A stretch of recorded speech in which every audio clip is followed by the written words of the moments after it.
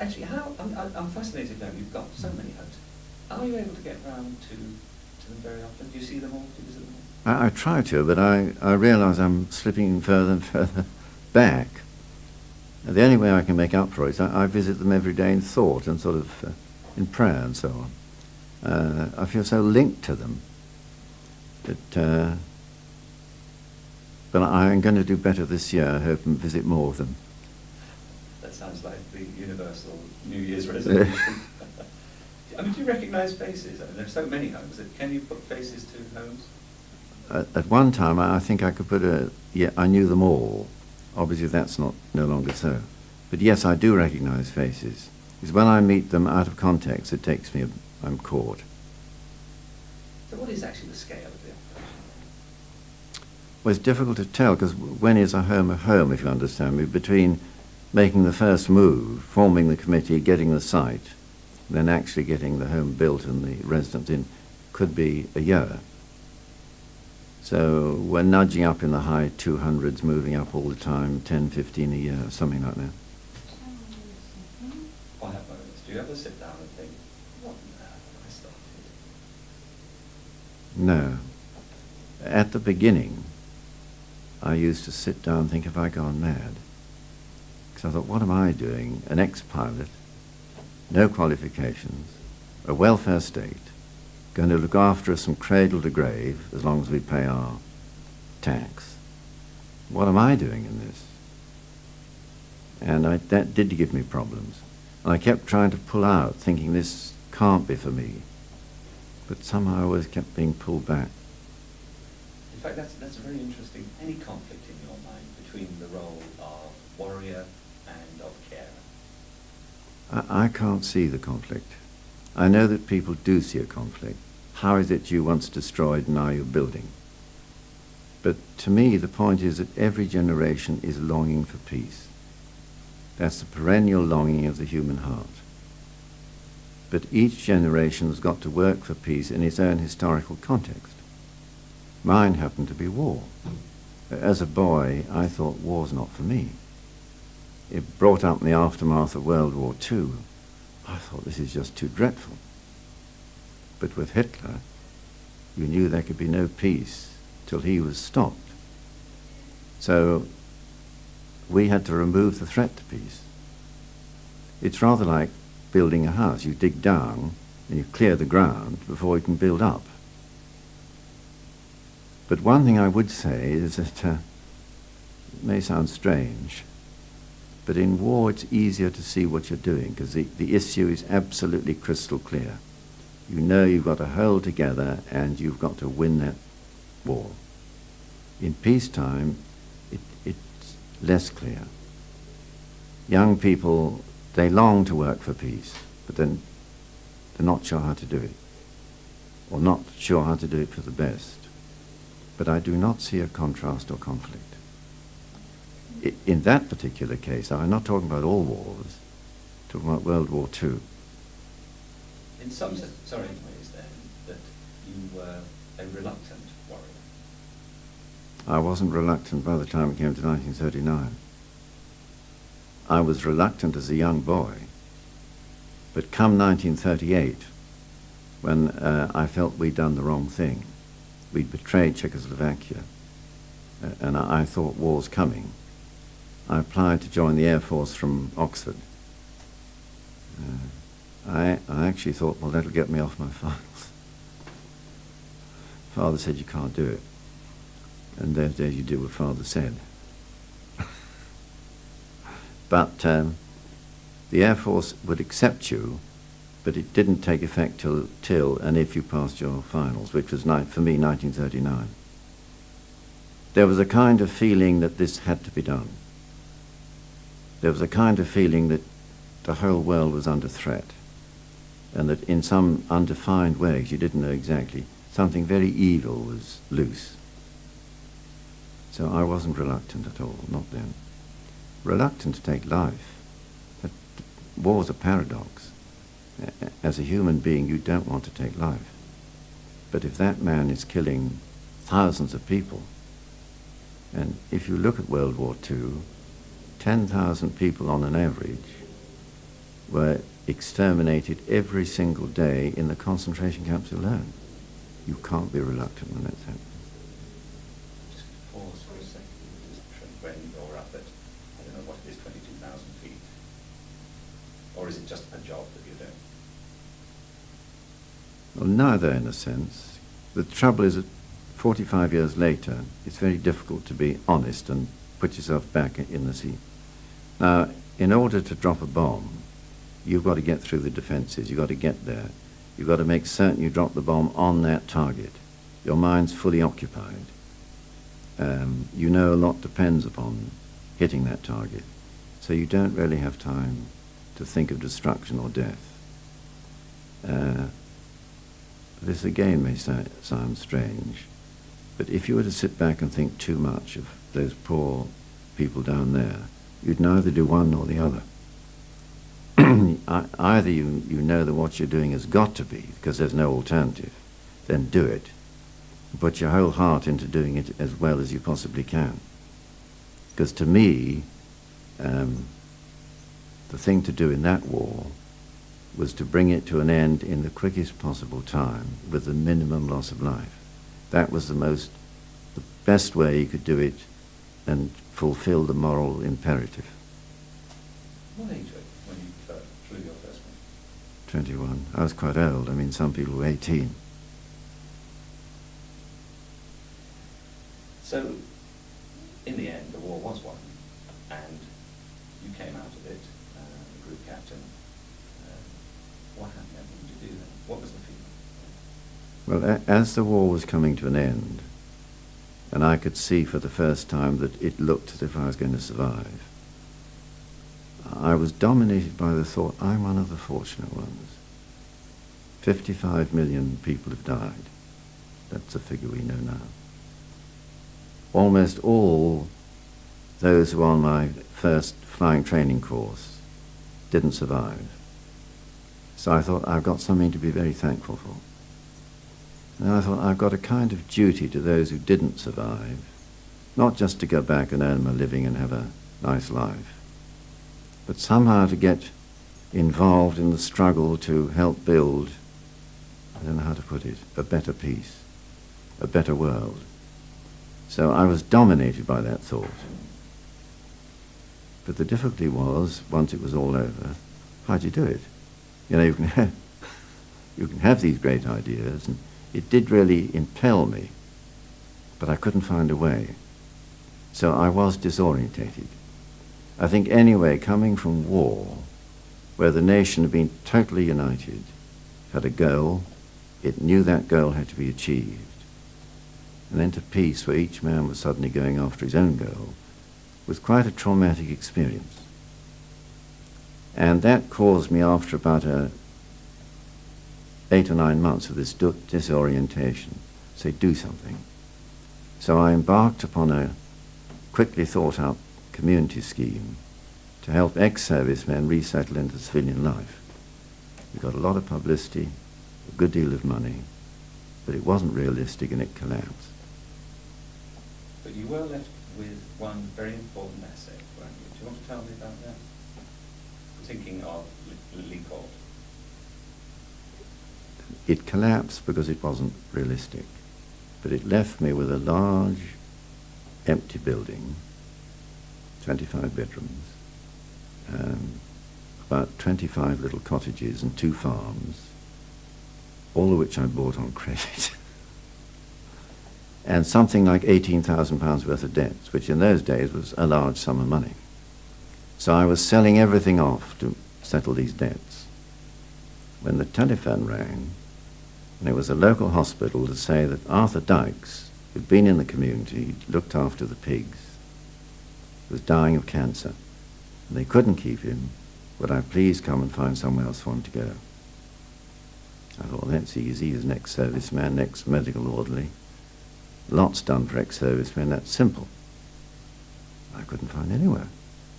And the reason was that he didn't need treatment.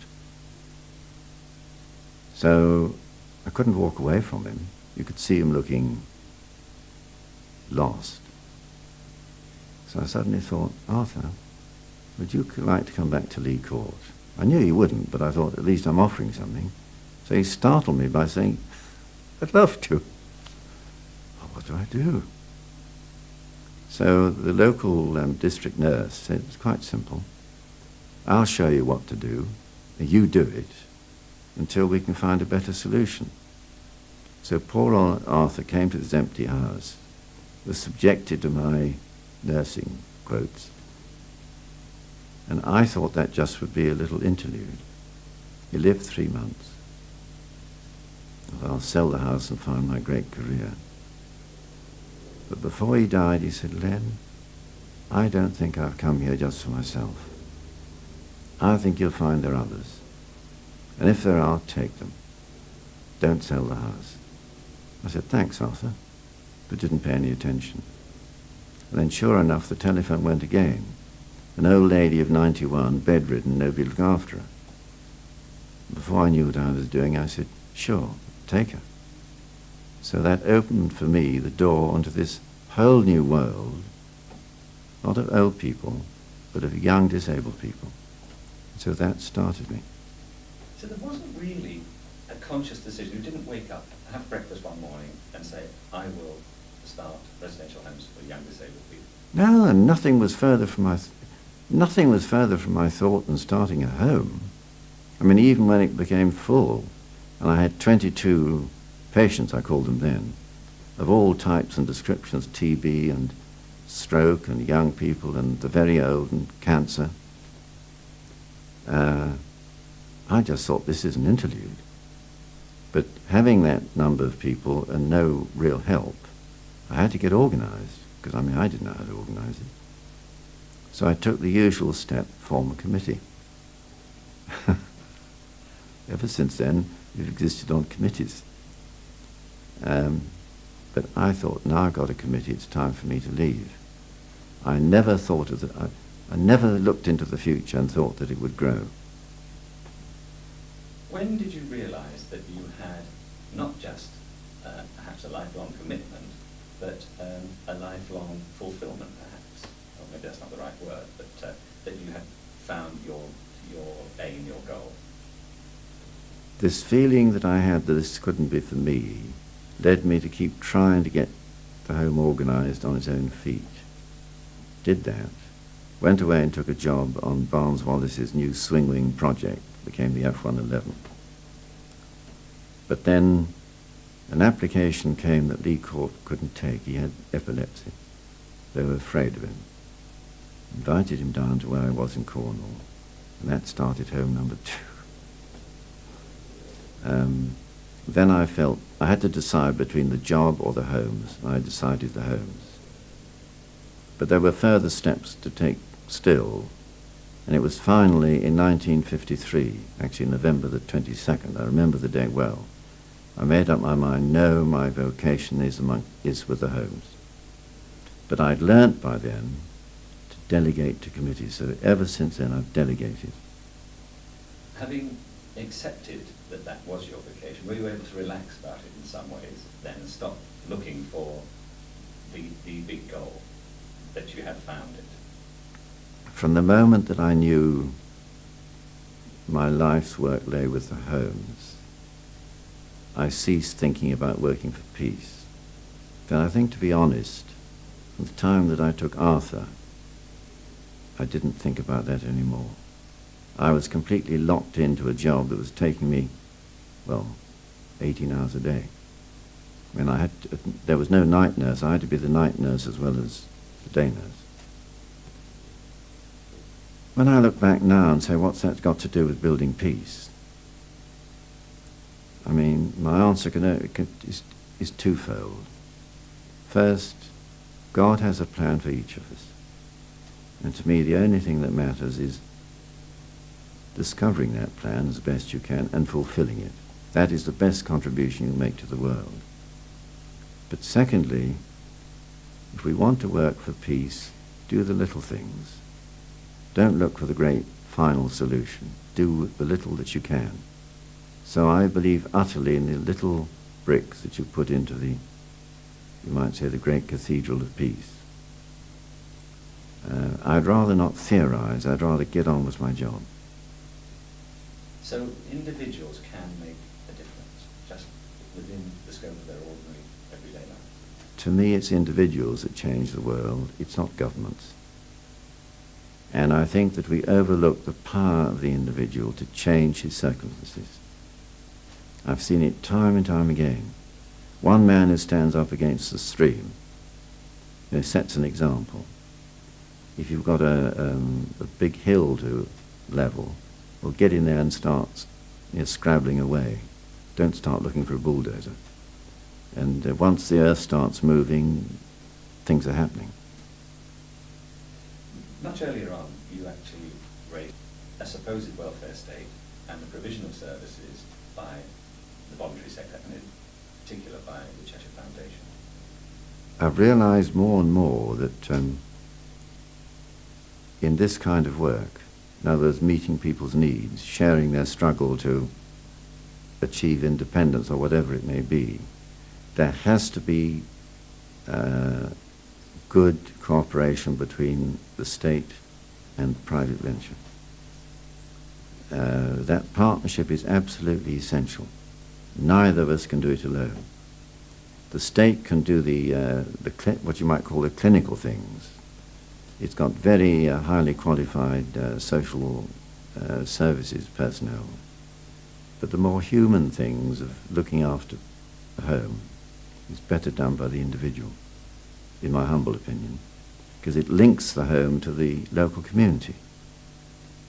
Each of us has got our own unique contribution to make, but we should be working very closely together. To your second project, St. Teresa's, perhaps you could tell me a little bit about that. When I worked with Barnes Wallis, he had a field project, and he moved that down to the old RAF Predannock in South Cornwall, and I was there with him. It was a derelict airfield, and standing empty was the old station headquarters. Now, I had the epileptic boy, and I could see he needed something to do. And coincidentally, I found there was a woman in the Lizard with cancer and nowhere to go.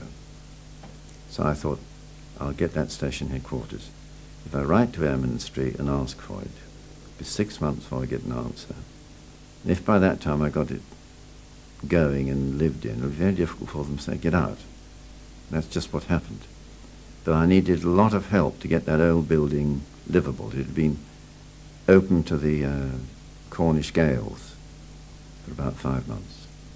But volunteers came from all over the place, including the Navy. There was no water, there was no electricity, there was nothing, even no drainage. So I found a huge, 800-gallon tank or something, and dug a big hole, sunk it in there. The council came in every now and then. But it taught me something, because the disabled who came into this remote place, they all took part in getting the home ready. They all said, we must help raise money. It made me realize that my first thought, he just wants to be looked after and be comfortably ill for the rest of his life. It was completely wrong. That the young person wanted to get up, even Arthur. He hated me doing things for him, he wanted to do it himself. So I think I had my first lesson that the disabled person wants independence.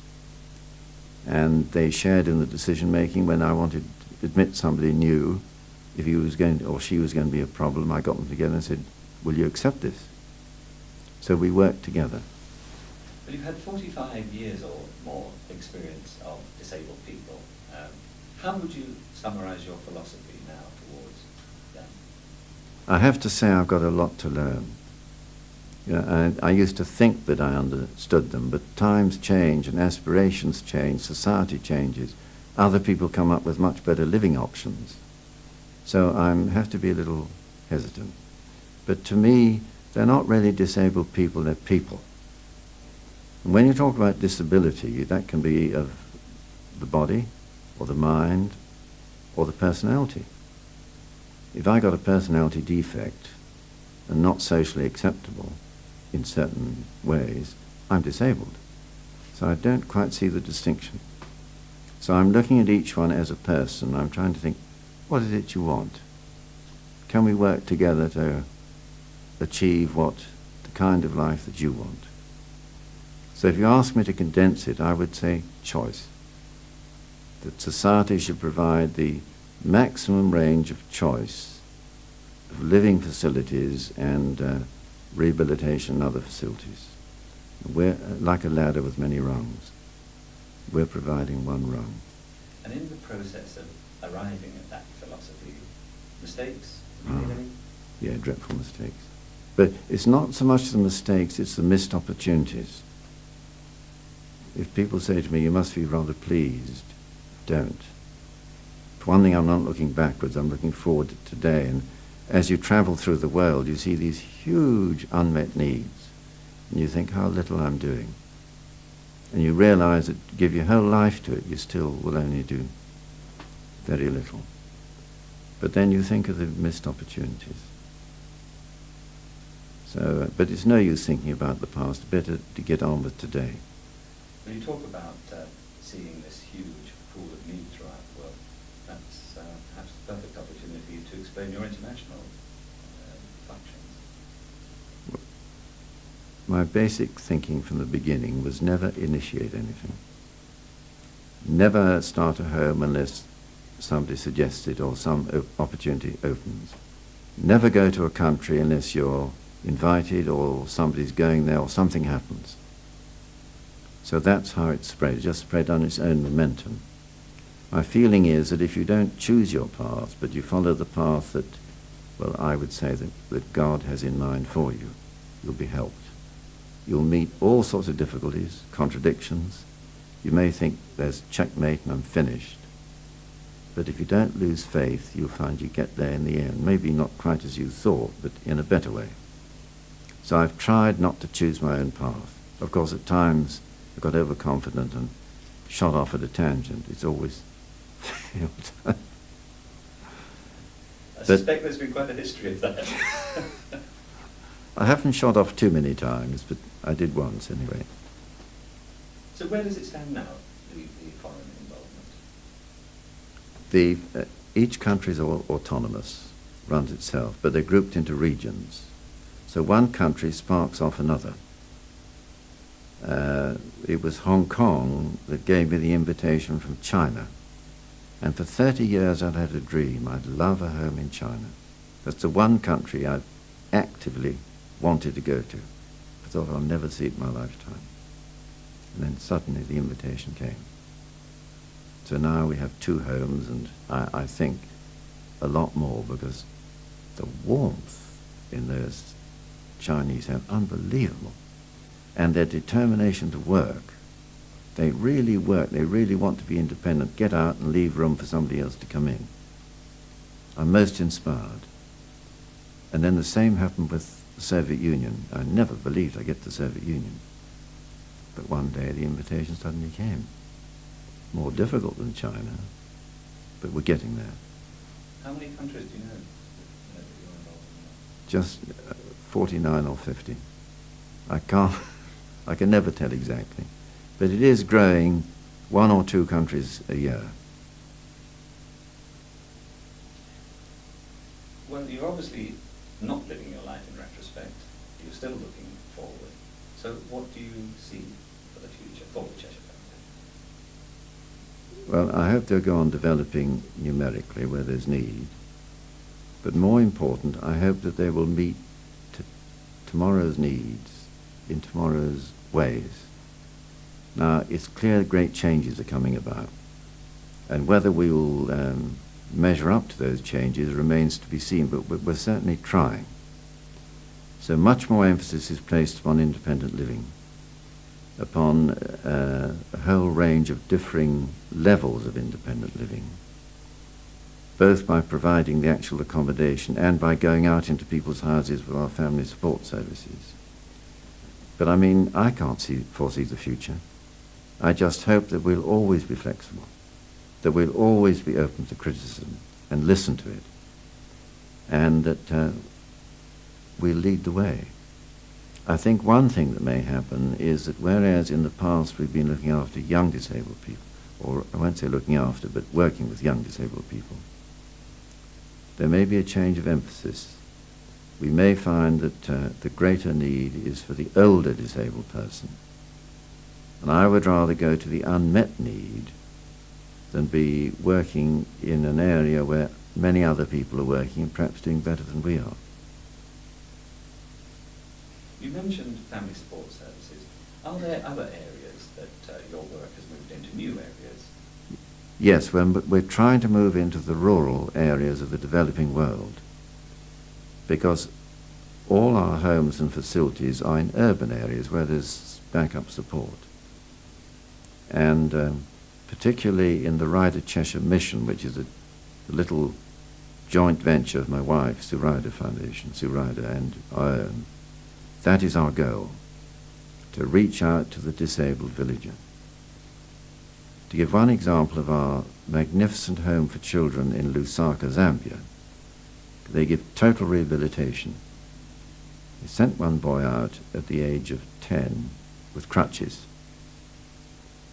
We found him 6 years later, at 16, walking on the same crutches, with a hunched back, so he had a back problem. It had never occurred to the villagers that those crutches needed lengthening. So that is the extent of their lack of knowledge. So I've got a longing to get out there and try and get something going. Amongst the new areas that we hope to move into, there are 2 or 3 that I can identify. One that we've already started is head injuries and Huntington's career. Now, Sue Ryder, my wife, has a whole home for Huntington's career, but we haven't moved into that field much. And head injuries is a completely new area that needs real expertise and sensitivity. So our new Stockport project is high on my priority of hope. But now also there's mental health. We've got the problem today that psychiatric hospitals are being closed down. The patients are being housed with families, and it's not working. So they're loose on the streets. And I feel that there's a lot to be done in that area. When are you going to retire? I can't retire. I mean, it's my life. It's obviously, if I'm getting so muddle-minded that I'm making life difficult for people, then they'll have to push me to the background. I still won't retire. I still want to be involved. I still want to have my dreams, and if I can't fulfill them myself, persuade other people to fulfill them.